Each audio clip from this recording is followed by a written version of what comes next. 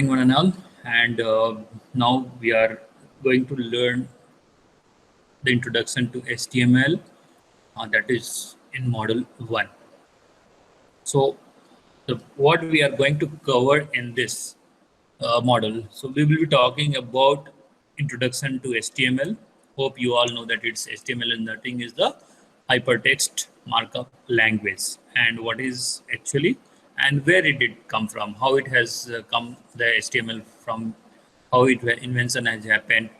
Then we will be learning about some basic syntax of HTML and what is the semantic markup. Then we'll learn about the structure of HTML document. Then a quick tour of HTML elements. What are the elements we have that we have to know that. Then we'll be talking about HTML5. There is a difference between HTML and HTML5. This is what you are using. This is the HTML old version.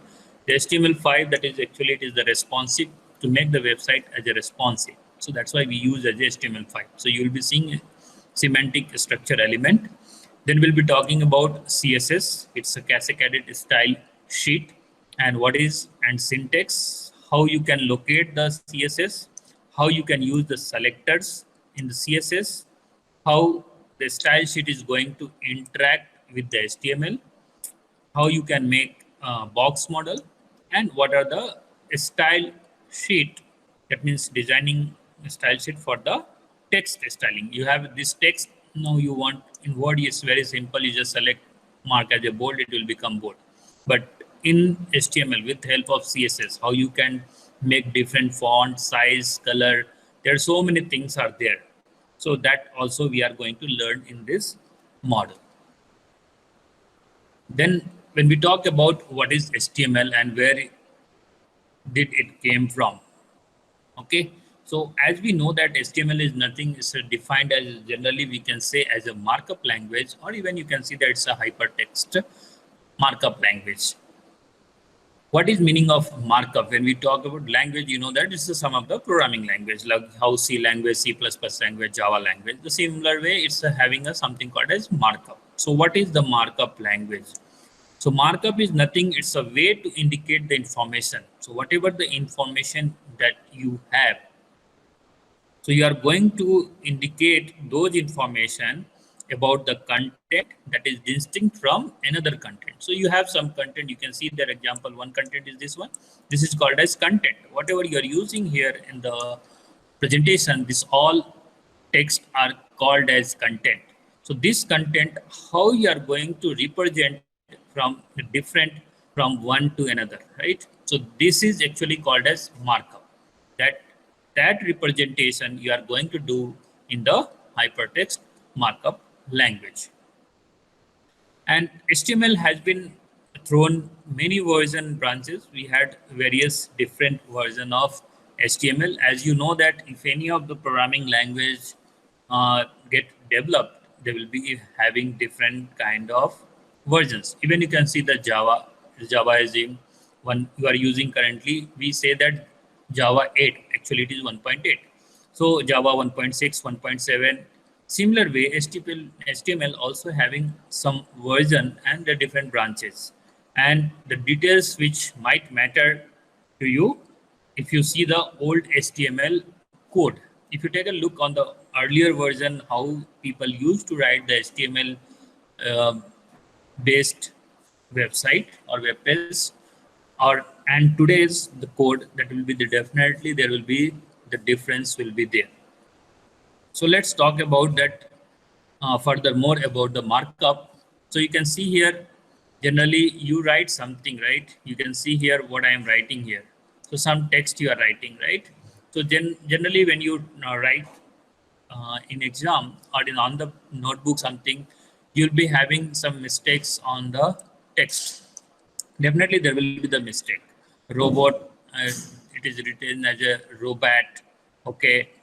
Upon, it is written a pen, okay. So these are the wrong, right? So this will definitely, it will impact on the browser. So when you are going to represent into the page, you can see a textbook, right? How beautifully they have given the like heading, okay. Then subheading will be there, Then you will be having some paragraph, will be having some bullets. In the bullet, some text will be there. So this design, what you have difference, make the difference with the content. That content is designed in differently and look totally different from one content to another. That is actually, this is the markup. Okay.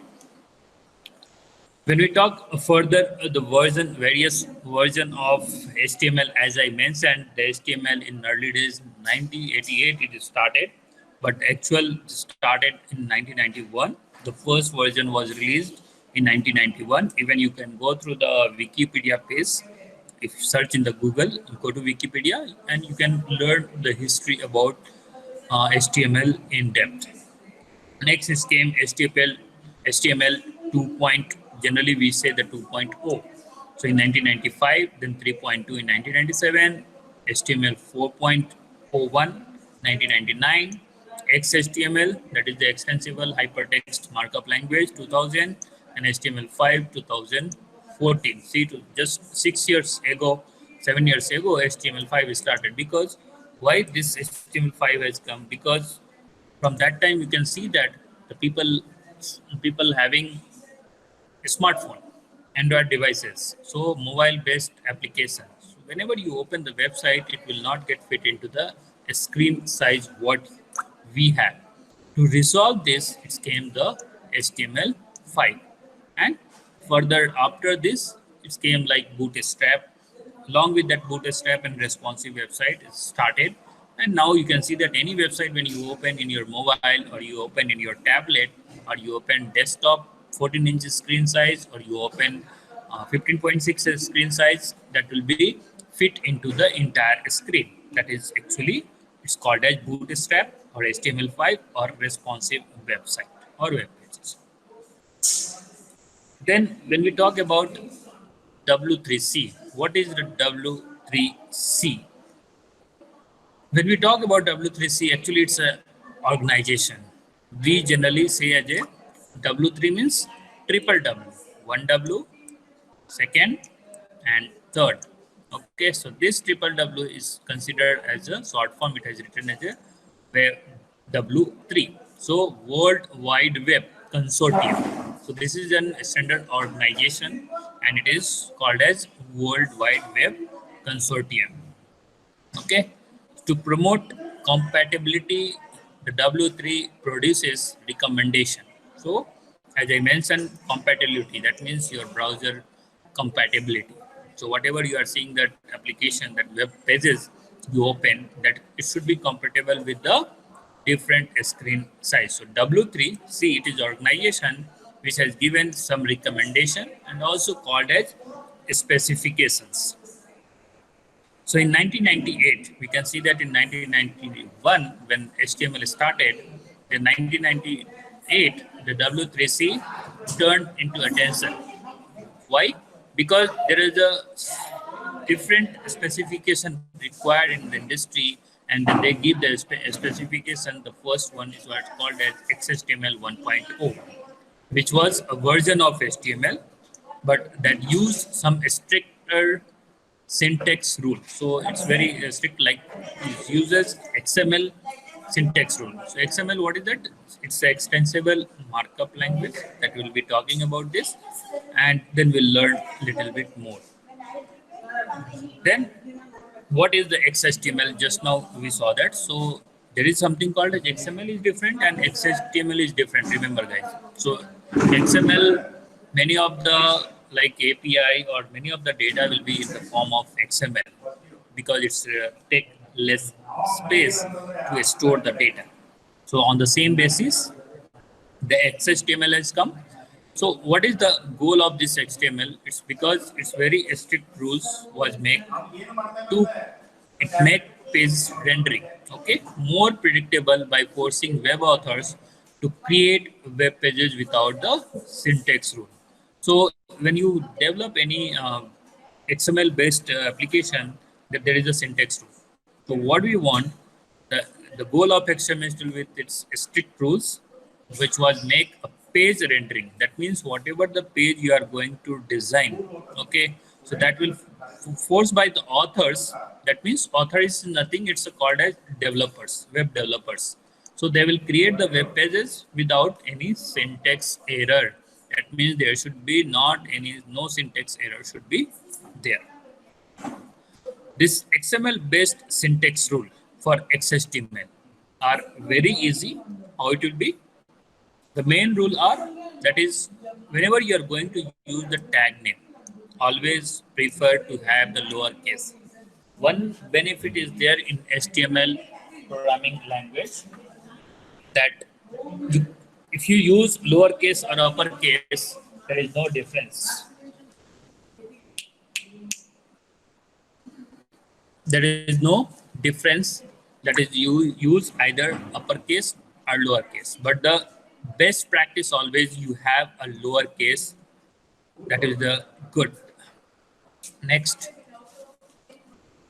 attribute always within the quotes. So whenever you are going to define any attribute, that should be in the quote. We'll talk about that, what is the attribute, okay, and how you are going to define the tags. And all the elements, whatever you are going to use, must have a closing element or self-closing element.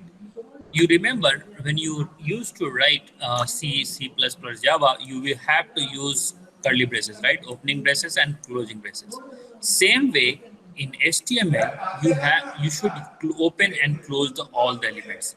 So opening element will be like this. You write something, okay? This is the and this is the closing. So this is the opening and closing tag, like less than symbol and greater than symbol. Or it will be having a self-closing. That means this, if anything is having opening and closing tag, that is called as container element. And self-closing, that means it is called as a stand-alone tag. It is a container tag and it is a standalone. Container means you can keep something, but in a standalone tag, just it will be get closed. It will be not having any closing tag.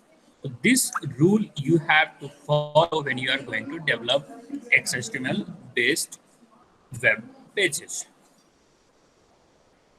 Further, to help web author, there are two versions of XHTML were created.